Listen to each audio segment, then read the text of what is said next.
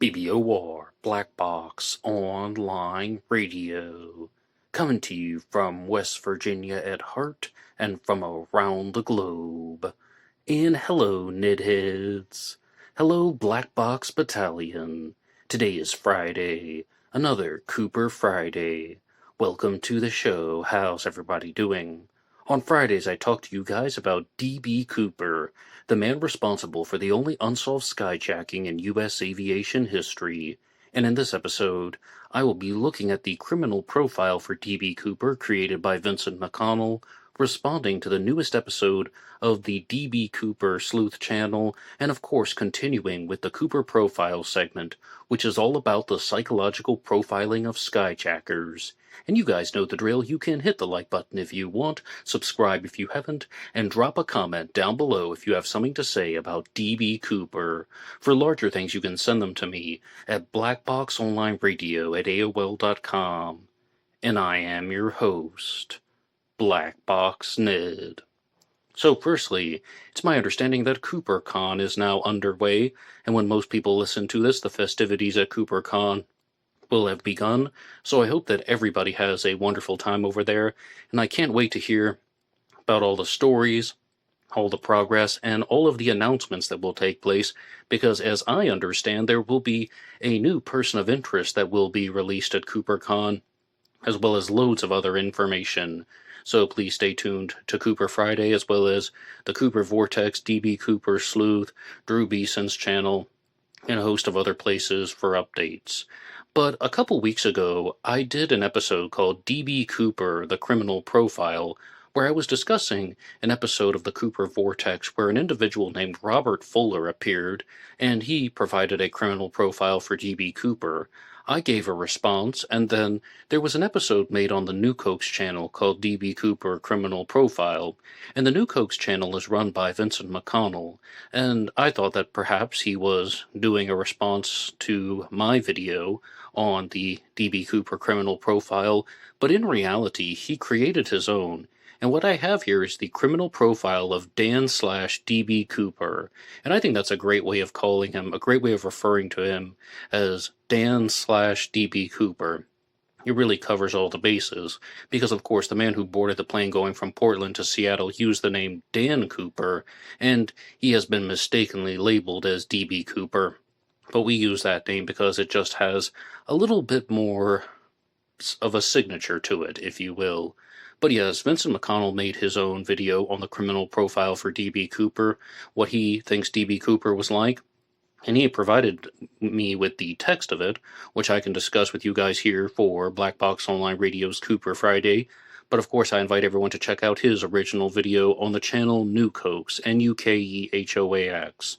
We're going to begin with the background of Dan Cooper, Dan/D.B. Cooper.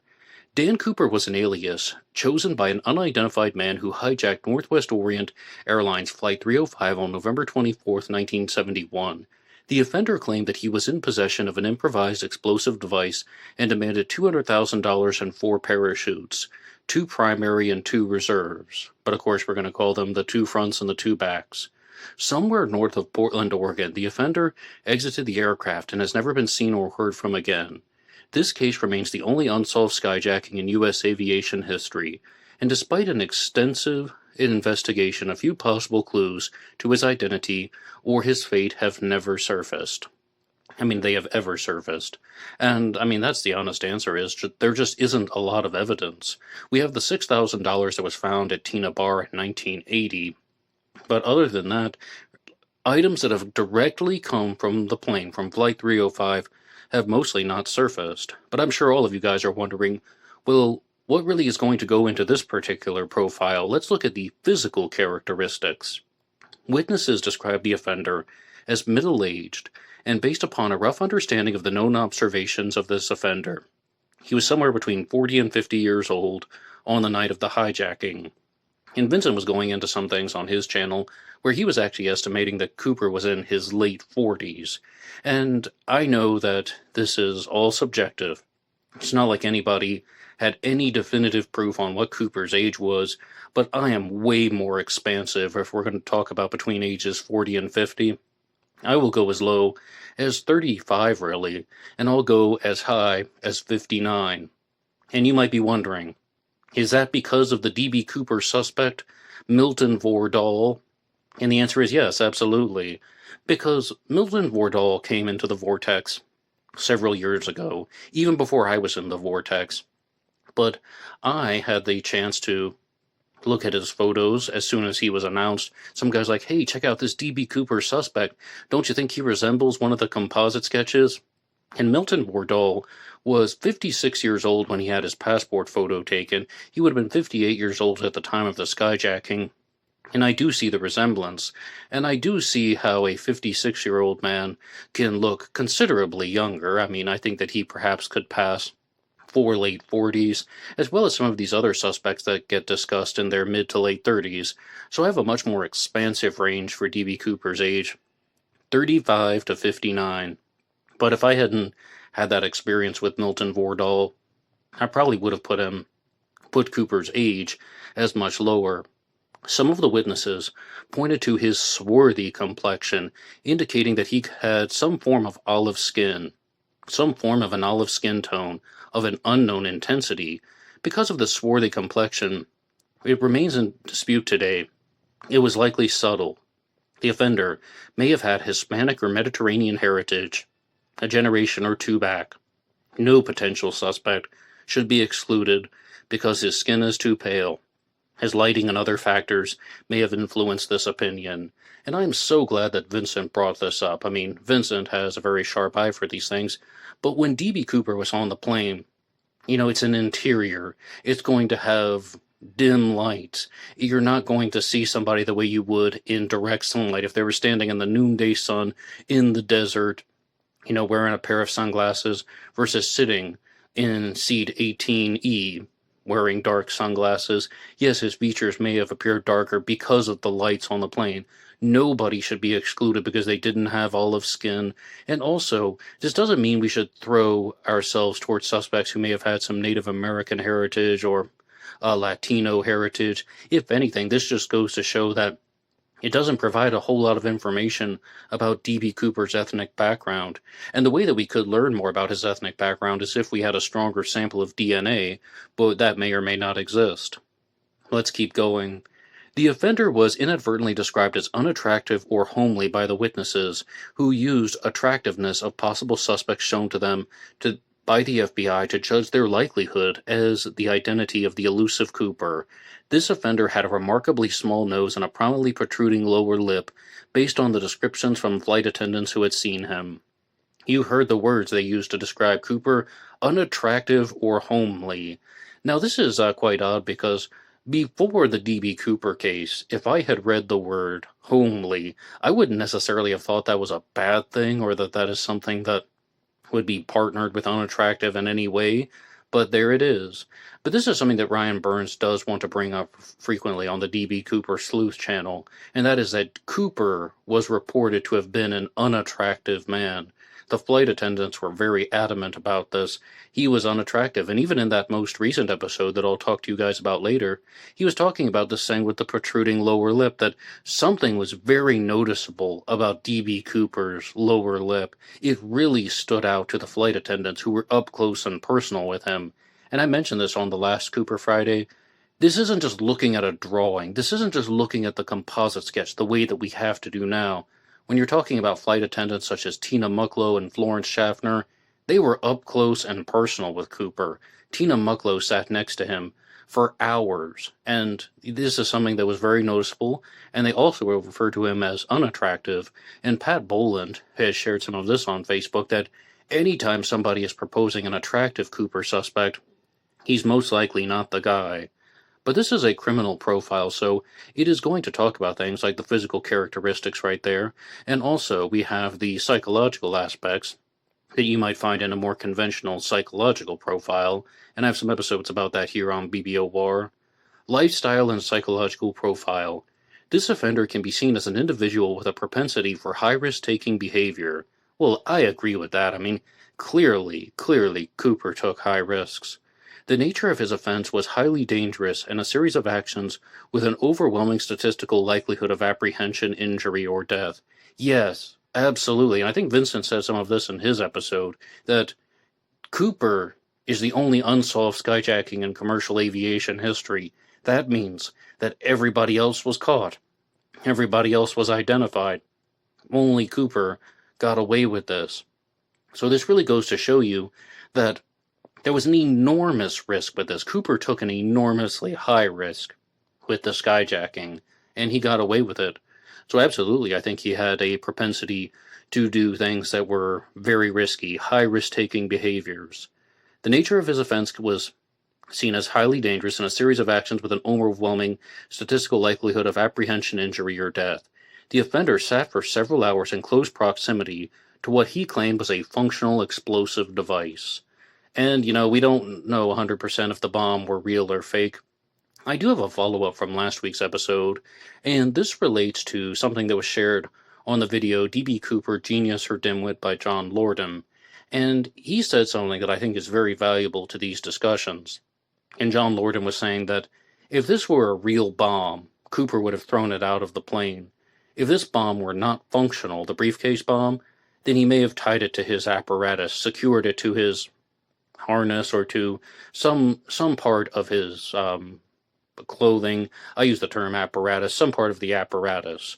And that's just music to my ears, because that's something that I've been saying for a very long time, and I think that I'm somewhat in the minority on that issue, because I don't really hear this from a lot of people who think that D.B. Cooper jumped with the briefcase bomb. And I'm mostly saying that because the briefcase bomb has not been found. The briefcase has not been located. And if you watch a movie like The Pursuit of D.B. Cooper from 1981, I know it's a fictional film, it's a dramatization, but they find the briefcase bomb very quickly, and they just determine that it's a dud. But I think that Cooper secured it to his apparatus. If for anything, he just didn't want to leave physical evidence behind. And when I did the criminal profile episode responding to Robert Fuller, in his criminal profile, he said that Cooper was the type of person who would have had a very strong connection to objects. If it was his personal property, he wouldn't want to give it up. As a case in point, he asked for the notes back. As a case in point, he asked for the matchbook back. And these were things that he wanted to hold on to. And that might be done to keep people from collecting evidence, but it also might be done because he wanted to be in charge of their disposal or be in charge of the items, period.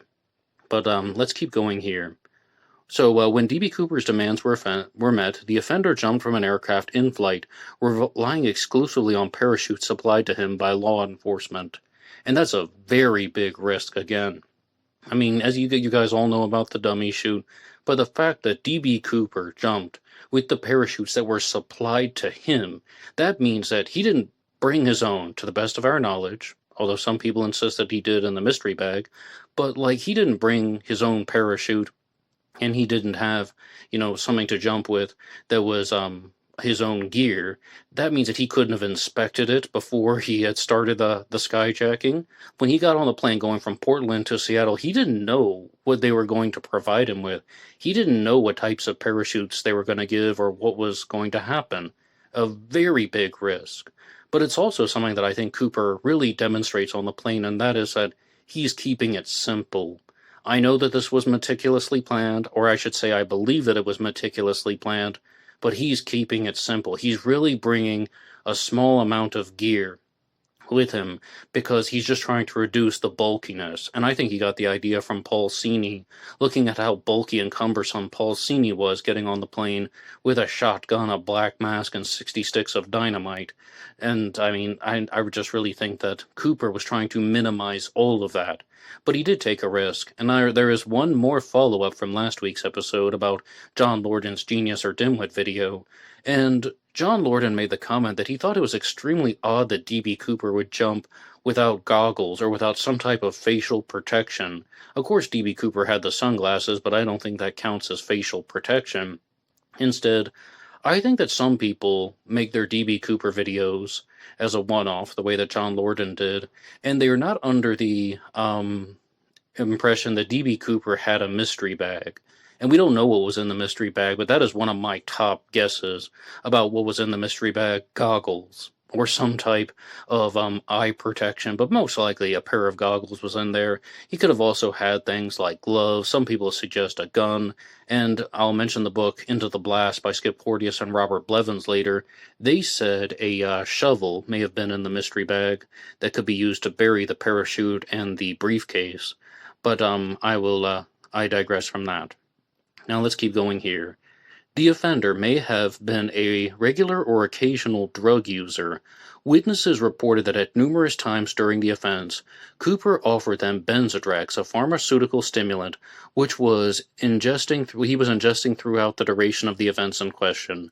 It is highly unlikely that this offender limited his use of Benzodrex to one particular event, and thus the offender probably used drugs to aid other endeavors in his life. Alright, you guys know that I've been doing Cooper Friday for a while. And, yes, I've heard this thing about D.B. Cooper using Benzodrex before and, offering it to the crew. But this really is not my area. I've never really tried anything of the sort. Vincent McConnell knows a lot more about this stuff than I do. And he's like, that's an amphetamine. I mean, this really shows that Cooper was a drug user. And what does this mean in terms of psychology? That Cooper is a stimulation seeker? He is somebody who is not only impulsive, he's also a sensation seeker, and he's really trying to put himself in this mental state where he is going to be able to jump without any worries, and it seems like all of these pieces are put in place. Let's keep going here. The offender ordered one drink aboard the aircraft, which he promptly spilled on accident, and did not thereafter order another. Because this offender did not use alcohol to quiet his nerves during the commission of his offense, there is a possibility that his relationship with alcohol was complicated, and that he understood the potential for problematic events stemming from consumption of alcohol. This could indicate that he had some contact with alcoholism in his normal life. And my ultimate take on that is, I think that Cooper did not want to be drunk when he was doing this because it would have heavily, heavily altered his mental state. I've never done Benzotrex, so I don't know how much that affects your ability to focus, but everybody, even people who don't drink alcohol regularly, know that being drunk impairs your ability to focus. That's why you can't drink and drive, right? And I think that all of that stuff is just present in Cooper's behavior. And if anything, the cigarettes and the bourbon, I think, tie into the James Bond complex. But this may have been on a recent episode of D.B. Cooper's Sleuth. But they were talking about, D.B. Cooper's smoking habit, and full credit goes to John Limbach, author of the book Where Was Skip, because he's just saying that it actually seems like Cooper's frequency of cigarette use indicates that he may have had a 2-pack-a-day habit. And what Ryan Byrne said is, if he had never smoked before, it probably would have really, really been obvious. And John Lorden said something very similar. If he had not been a regular smoker, he wouldn't have been able to fake it, smoking. John said 8 cigarettes, but it's 7 cigarettes, and I can agree now. So in the past, I said I didn't think D.B. Cooper was a chain smoker, or that he would have had something like a 2-pack-a-day habit. I will mostly admit that I was wrong about that, but one thing that I do stand by, and it seems like Vincent might be somewhat in agreement with this, is that he would be doing this for the allure of it. It's the mystique. It's the presentation. It's just showing off, sipping the bourbon and smoking the cigarettes is adding to the effect of everything. He's trying to make himself look like some high-profile businessman. He's trying to make himself look like James Bond.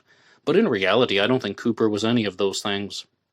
All right, now, additionally, he closed the window shades of the aircraft during the landing phase of the hijacking at Seattle Airport, presumably to prevent snipers from attempting to kill him. This offender considered contingencies and meticulously planned to prevent them during the commission of the crime.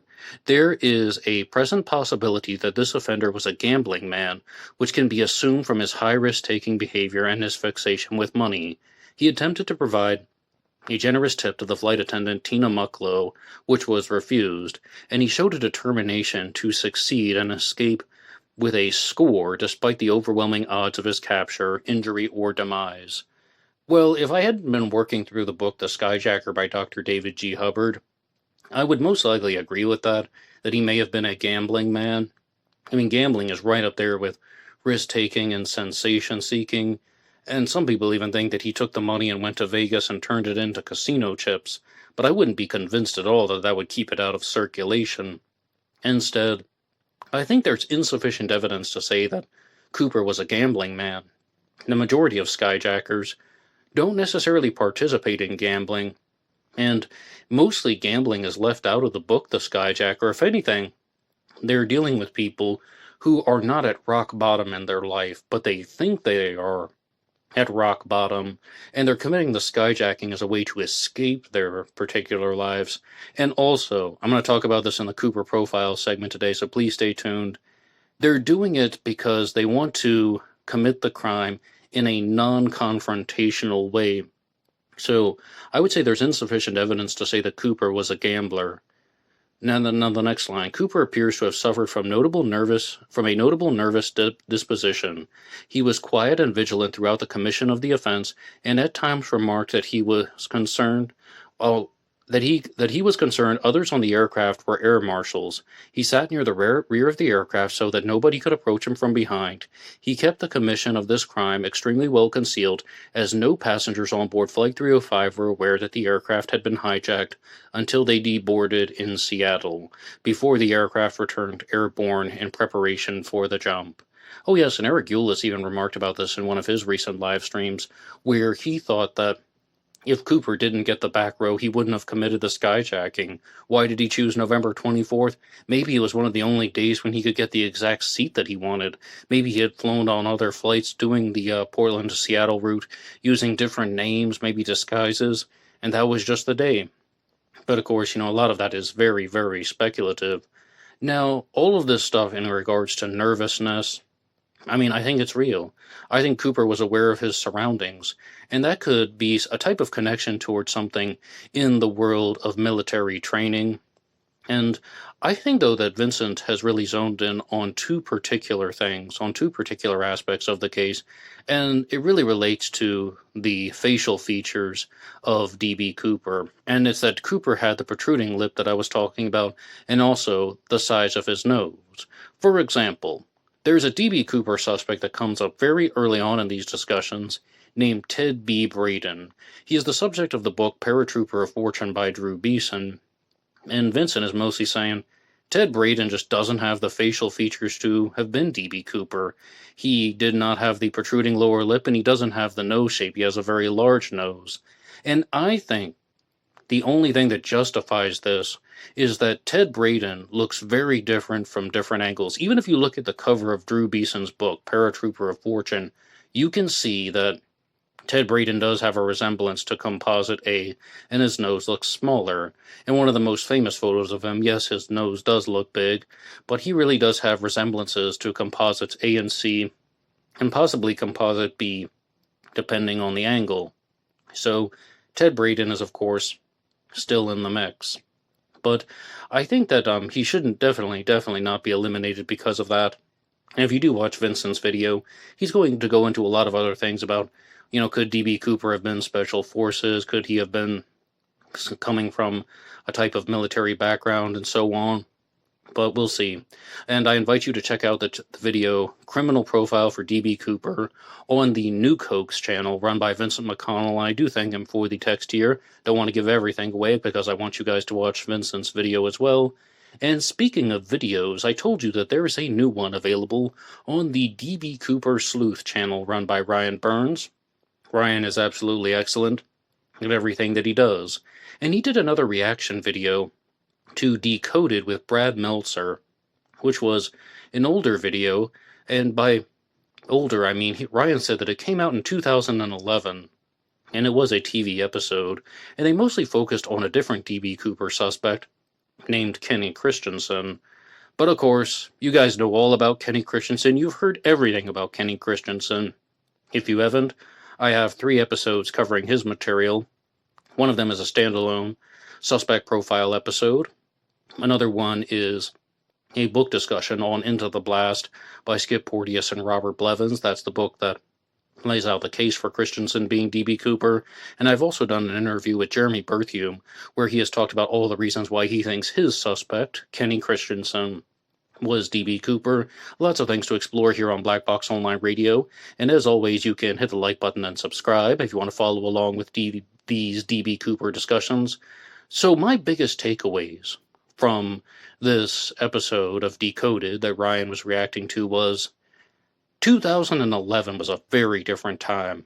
I don't know what you guys experienced in that part of the century, but it was a different time because YouTube was still in its infancy, where people would just make these little home-generated videos on their camcorders, and that was mostly it.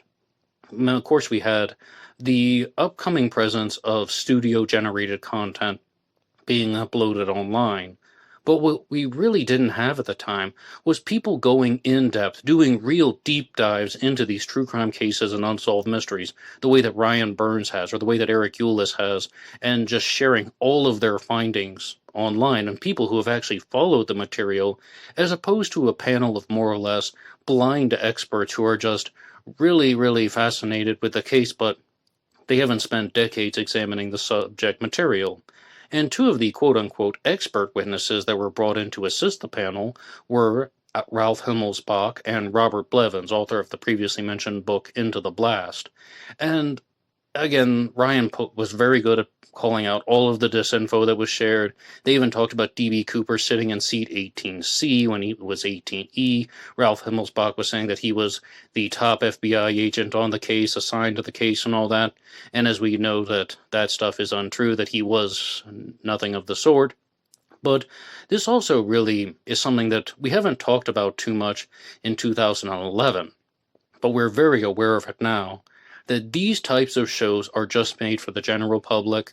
They're made to be entertaining, and they don't necessarily care too much about the information that they're putting out there. As a case in point, I would like to look at the most recent live stream that was done by Larry Harnish about the Black Dahlia case. Every Thursday is Dahlia Thursday here on BBO War, where I talk about the Black Dahlia. And Larry Harnish is a Black Dahlia researcher, and he was asked to do a TV episode about the Black Dahlia, almost in the same tradition. And they're openly asking him to say fraudulent information, incorrect information, to say things that aren't true on camera. And he's like, what? You're asking me to do this? The Black Dahlia murder happened in 1947. The events you want me to talk about didn't happen in 1947. They wanted me to sit in a bar and talk about how this is the bar that Elizabeth Short may have gone to. I'm like, this building wasn't built in 1947. All of this stuff is just false, and they're just trying to make a TV show, and they aren't evaluating the info. And this can even get into some of the paranormal shows, like the show Finding Bigfoot was accused of asking a Bigfoot researcher in Sleuth to fake something in his backyard, and they were going to say that it was in the wild. And he's like, hey, I know you guys are doing the show, but I take my stuff seriously, and I don't want to fake anything for the cameras. Okay, these things are definitely just made for profit for the networks, not for the researchers. So we're very aware of that now. But in 2011, maybe it's because I was younger at the time, I was 23 years old in 2011, so I would look to these things as just a real resource. I would look to them as either the definitive authority, or they had panelists on there who were the definitive authorities. But as we're going to see, somebody like Robert Blevins is pushing the book Into the Blast. He has his D.B. Cooper suspect. He already has chosen whom he thinks D.B. Cooper was, and he was trying to make the case that it was Kenny Christensen. Fair enough, but how about having somebody on there who would be really, really heavily challenging Kenny Christensen as a D.B. Cooper suspect? Nowadays, that would be so easy. I mean, in 2025, just call up Drew Beeson, just call up Ryan Burns. You could even call me up, and I'll provide a list of 25 reasons why Kenny Christensen was not D.B. Cooper, one of which was heavily discussed by Ryan on his show, D.B. Cooper Sleuth. And I think that this is some of the more important substance material, and that is that Kenny Christensen was only 5 feet 8 inches tall, and the flight attendant, Tina Mucklow, was also 5 feet 8 inches tall. And what Ryan is saying is, how on earth would somebody mistake this person for being 6 feet tall when she was the same height as Cooper? normally when the height estimations are wrong, it's coming from somebody who had a very, very large gap in the height, someone who's extremely short or someone who's extremely tall. But if somebody is the same height as the person that they're talking to, would they really be off by 4 inches? Well, my answer is yes, anything's possible. And how do I know that? Because of the Zodiac Killer mystery.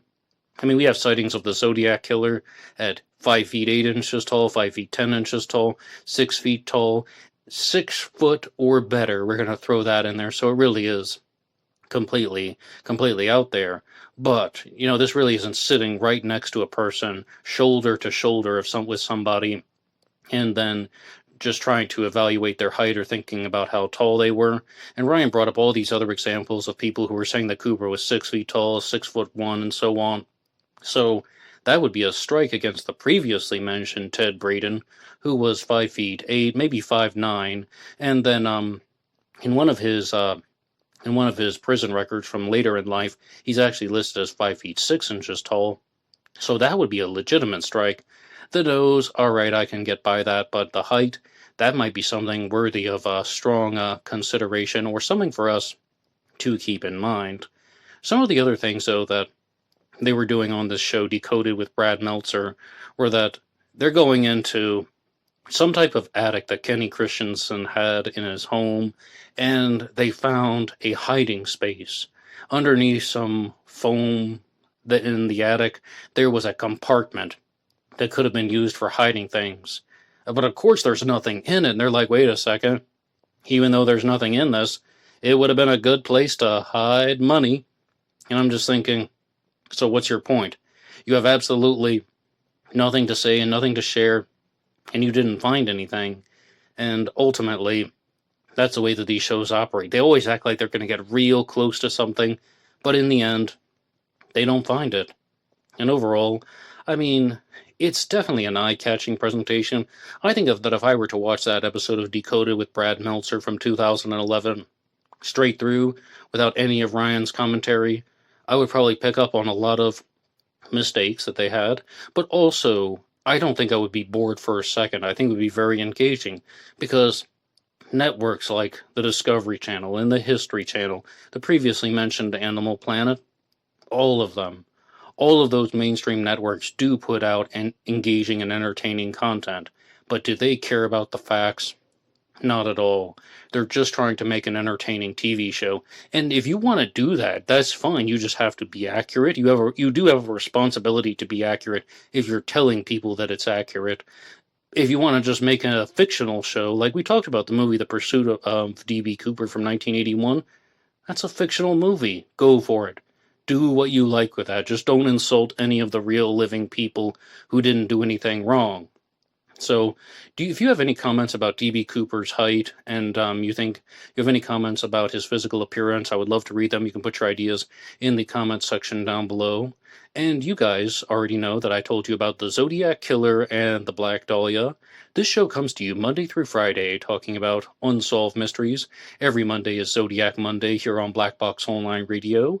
And on Tuesdays, I've been talking to you guys about the disappearance of Maura Murray. On Wednesdays, I talk about Jack the Ripper, Ripper Wednesday here on Black Box Online Radio, and on Thursdays about the Black Dahlia. And of course, you're listening to Cooper Friday, now here on BBOR with me, your host, Black Box Ned. And this show also releases shorts Monday through Friday as well on Facebook, Instagram, and TikTok. The shorts come out on Instagram at blackboxned88 and on Facebook under the Black Box Online Radio Facebook page or under my personal name, Ned Dahan. And if you want to support all of these efforts, you can go over to buymeacoffee.com. buymeacoffee.com/blackboxned88, and that allows you to make a donation or contribution to help support the show, and anybody who makes a donation will get a shout out on Zodiac Monday. And now I'm going to switch gears and start talking about the Cooper Profile.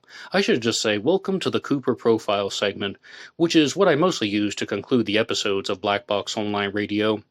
And the Cooper Profile mostly follows the writings of Dr. David G. Hubbard, who was a psychiatrist that really wanted to profile skyjackers. And the stuff that I've been going through most recently is Dr. David G. Hubbard is working with his sample of 16. He has 16 cases of skyjackers that we've evaluated so far.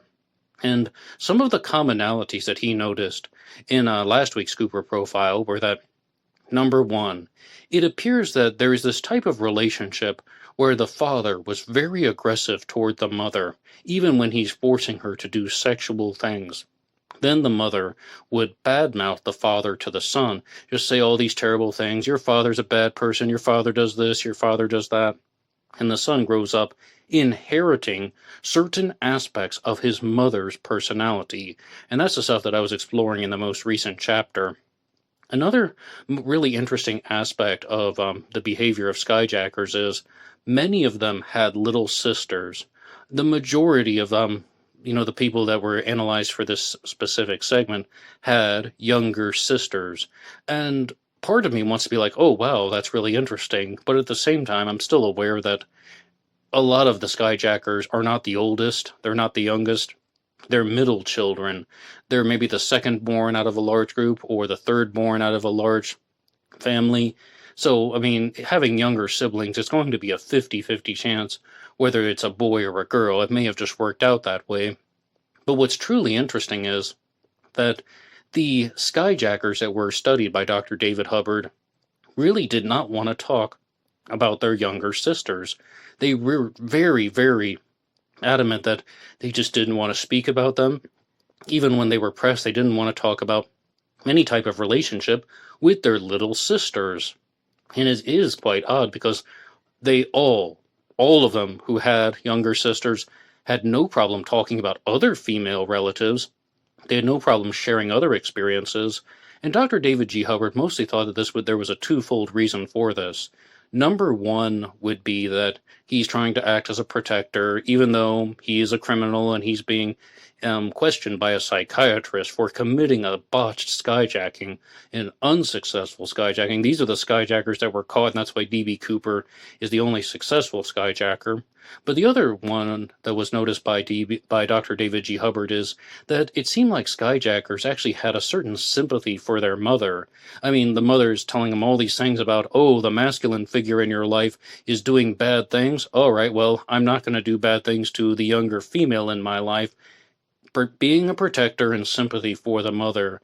And this became the foundation of a lot of very, very, very twisted psychological structures for the boys that were growing up.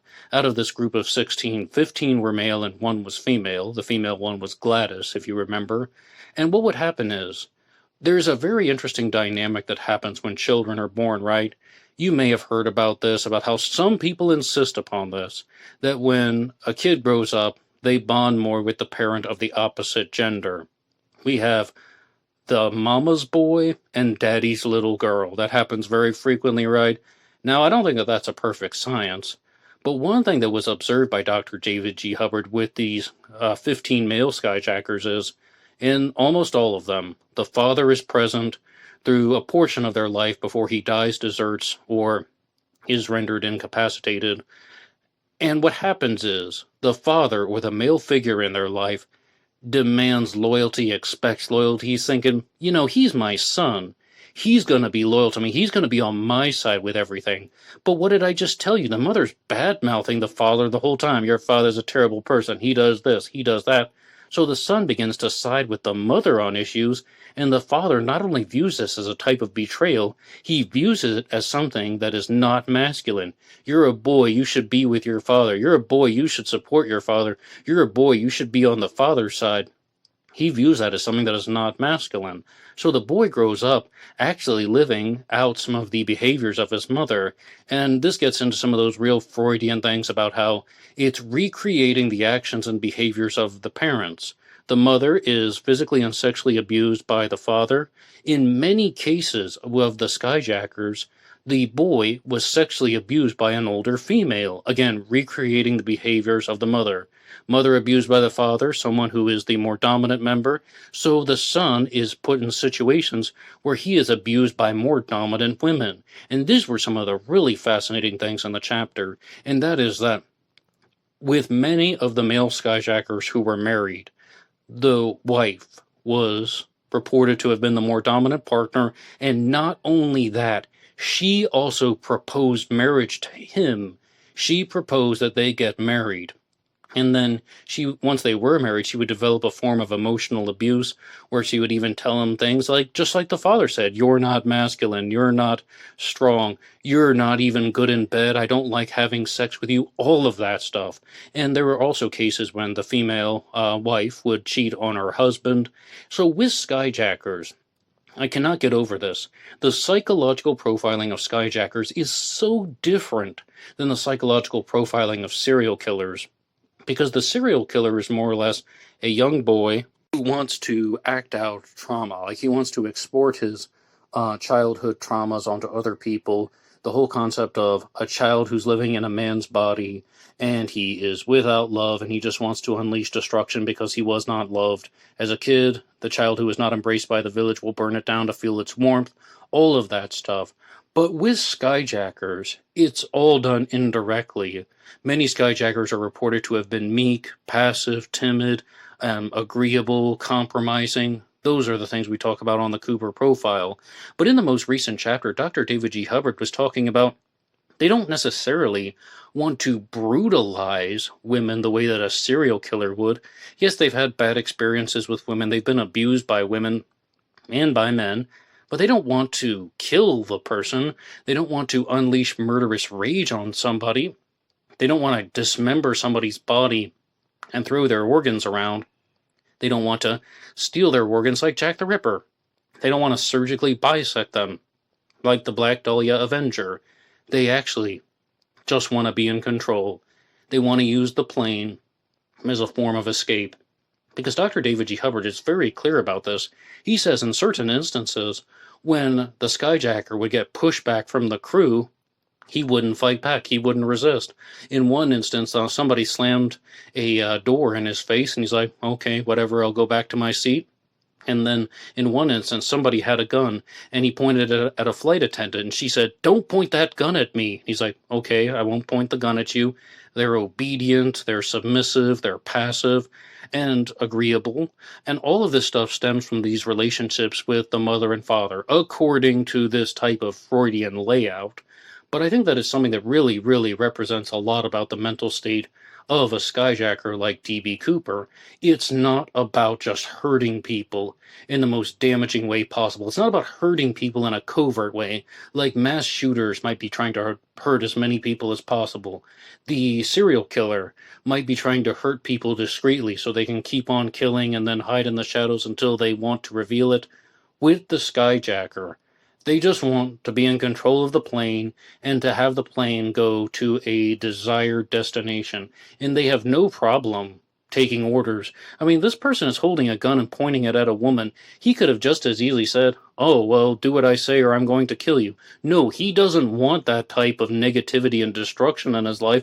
He's trying to use the plane as an escape from the negativity and destruction, saying, fly me somewhere, fly me to my desired location, fly me to Mexico City, fly me to Reno, because that's getting me out of this life. And when he's on the plane, he is not the same person that he was before. He may have thought that he hit rock bottom, but in reality, he has turned himself into a skyjacker. For the rest of his life, he will be a skyjacker. Rebirth, acting in a new way, jumping out of the plane is when he's born again. Landing on the ground is when he takes his first steps. And I think this stuff is very important to think about when we're looking at who D.B. Cooper was and how did he behave.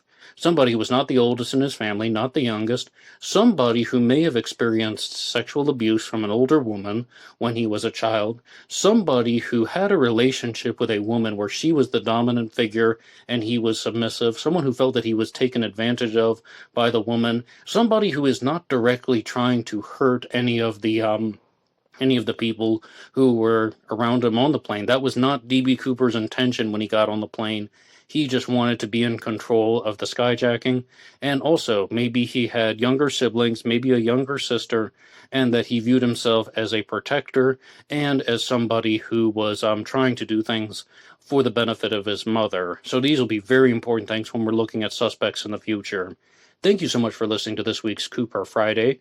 Thank you to everybody who has been putting up with the infrequencies in the Black Box Online Radio lineup and schedule.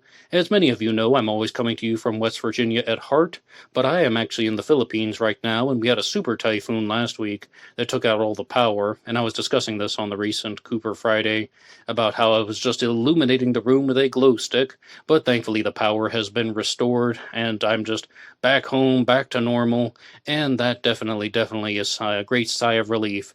But there were a lot of changes with last week's schedule, and I released 3 episodes on one day because they had been pre-recorded. I was just trying to find an internet connection, and also I was not able to put out shorts and reels, but everything, I repeat, everything should be back online. And thank you for sticking with Black Box Online Radio. And it is a real pleasure to talk to you guys about unsolved mysteries like the Zodiac Killer, Jack the Ripper, and D.B. Cooper. Of course, the Black Dahlia and Mori as well.